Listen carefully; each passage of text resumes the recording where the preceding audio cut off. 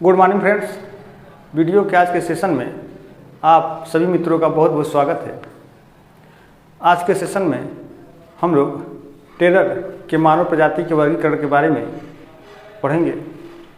इसके पहले टेलर का प्रवास कटिबंध सिद्धांत हम लोगों ने पढ़ा और जिसमें उन्होंने ये बताया कि जो मानव प्रजाति सबसे पहले विकसित हुई वह अपने उद्गम स्थान से दूरवर्ती क्षेत्रों में चली गई और जो मानव प्रजाति सबसे लास्ट में विकसित हुई वह उसी विकसित स्थान पर ही रह गई। इन्होंने अपने प्रवास कटिबंध सिद्धांत में ऐसा बताया। इन्होंने अपना प्रवास कटिबंध सिद्धांत सन 1919 ईस्वी में दिया था। अब इसके बाद टेलर ने कपाल सूचकांक और बालों की बनावट के आधार पर समस्त मानव प्रजातियों को 7 श्रेणियों में विभक्त किया, जिसमें उन्होंने पहली मानव प्रजाति की श्रेणी के अंतर्गत निग्रिटो को रखा, दूसरा निग्रो, तीसरा ऑस्ट्रेलाइड, चौथा भूमध्य सागरी, पांचवा नॉर्डिक, छठवां अल्पाइन और सातवां। तो आइए आज हम लोग इन्हीं 7 मानव प्रजातियों की श्रेणी के बारे में थोड़ा सा जानते हैं कि ये कौन कौन सी मानव प्रजातियाँ सबसे पहले विकसित हुई, कौन सी मानव प्रजाति सबसे पहले विकसित हुई और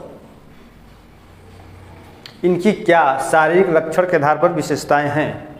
तो देखिए यहाँ पर लिखा हुआ है कि टेलर का प्रजाति वर्गीकरण।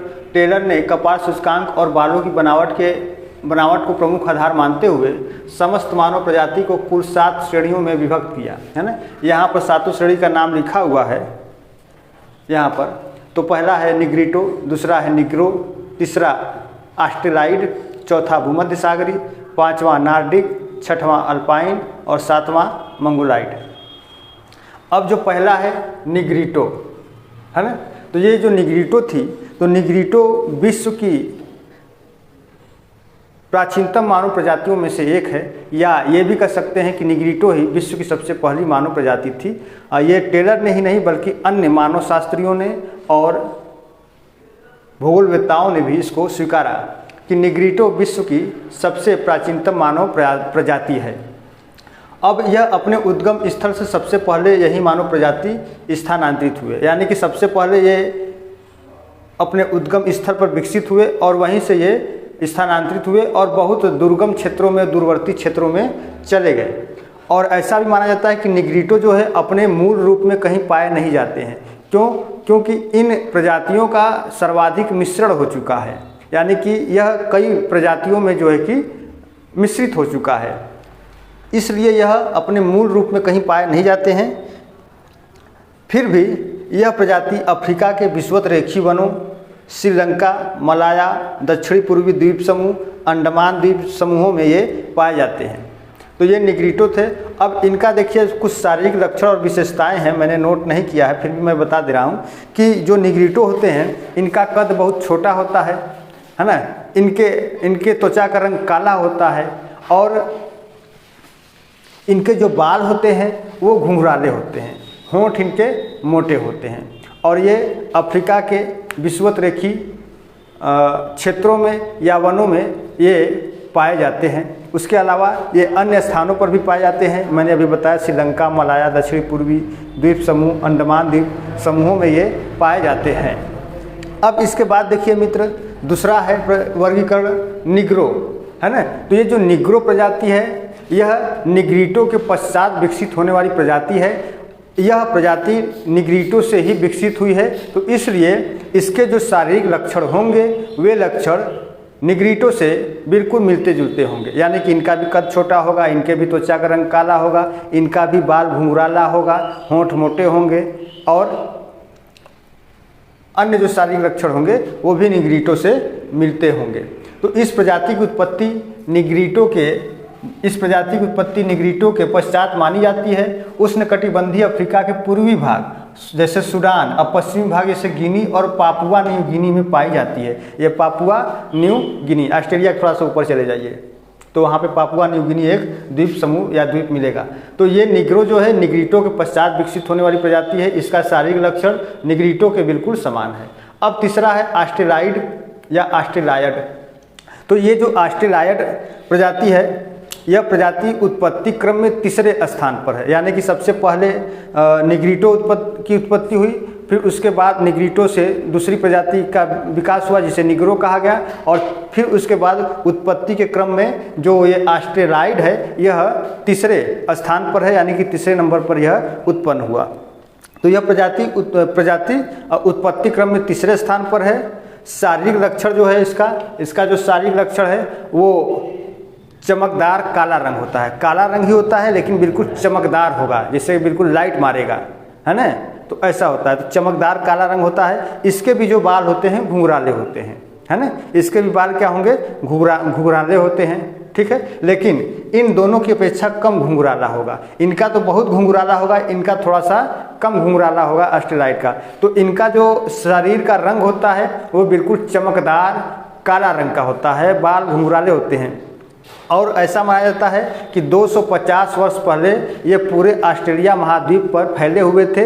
लेकिन क्या हुआ कि जब वहाँ पर यूरोपीय देशवासियों का आगमन हो गया, या यूरोपीय लोग जब ऑस्ट्रेलिया में गए, तो क्या हुआ कि ये लोग वहाँ से पलायन करके दूरवर्ती क्षेत्रों में चले गए, है ना। कुछ लोग जो है मरुस्थलीय क्षेत्रों में भी चले गए, कुछ लोग जंगलों में चले गए, है ना। तो दूरवर्ती क्षेत्रों में ये वहाँ से चले गए, तो ये अपने मूल स्थान पर अब नहीं रह गए हैं। अब इसके बाद यह मध्य और दक्षिण भारत में, है ना, यह मध्य और दक्षिण भारत में ये प्रजाति पाई जाती है।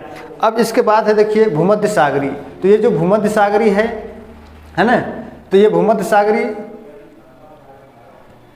इनका जो शारीरिक लक्षण होता है, ये बाल, है ना, जो बाल होते हैं अल्प घुंघराले, मतलब बहुत जरा सा घुंघराला होता है ना। तो बहुत ही अल्प घुंघराले होते हैं इनके बाल। इनकी जो नाक होती है वो पतली होती है, ठीक है। नाक क्या होती है, पतली होती है, लंबी भी होती है। त्वचा का रंग कांसे जैसा होता है। कांसा देखियो कि नहीं, कांसा एक धातु होता है ना, कांसे जैसा इनके त्वचा का रंग होता है। और भूमध्य सागर के आसपास वाले तटवर्ती इलाकों में या क्षेत्रों में ये अधिकतर पाए जाते हैं, ठीक है ना। और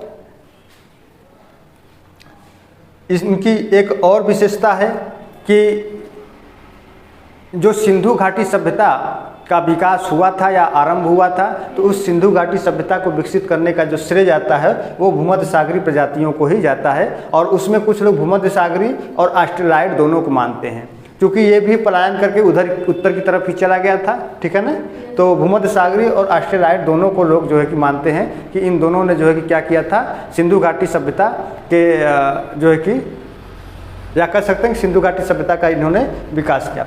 अब इसके बाद देखिए 5वां नंबर है नार्डिक, है ना। नार्डिक प्रजाति है।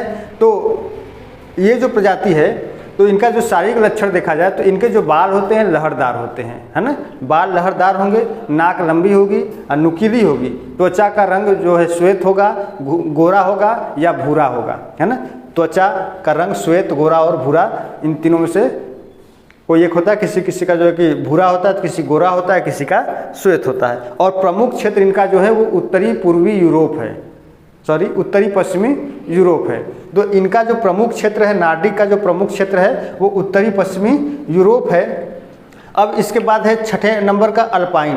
तो ये जो अल्पाइन है यह सबसे नवीन प्रजाति है ना। अल्पाइन क्या है, नवीन प्रजाति है। इनके शारीरिक लक्षण देखा जाए तो इनका जो बाल है वो सीधा होता है, नाक पतली व लंबी होती है। त्वचा का रंग भूरे से लेकर के श्वेत तक होता है ना। त्वचा का रंग भूरे से लेकर के श्वेत तक होता है। ये प्रमुख रूप से मध्य और दक्षिणी पूर्वी यूरोप में ये पाए जाते हैं, है ना। प्रमुख रूप से मध्य और दक्षिणी पूर्वी यूरोप में ये पाए जाते हैं नार्डिक, ठीक। अब इसके बाद है मंगोलिक, ठीक है। मंगोलिक है या मंगोलाइड है या मंगोलियन है, ठीक है। तो अब ये जो मंगोलिक है यह सबसे नवीनतम प्रजाति मानी जाती है, यानी कह सकते हैं कि अल्पाइन के बाद विकसित होने वाली यह सबसे नवीनतम प्रजाति है। टेलर ने इसे उत्तरी अल्पाइन प्रजाति के नाम से भी संबोधित किया, यानी कि अल्पाइन के बाद विकसित होने वाली प्रजाति, यानी कि उत्तरी अल्पाइन प्रजाति। अब इसके बाद यह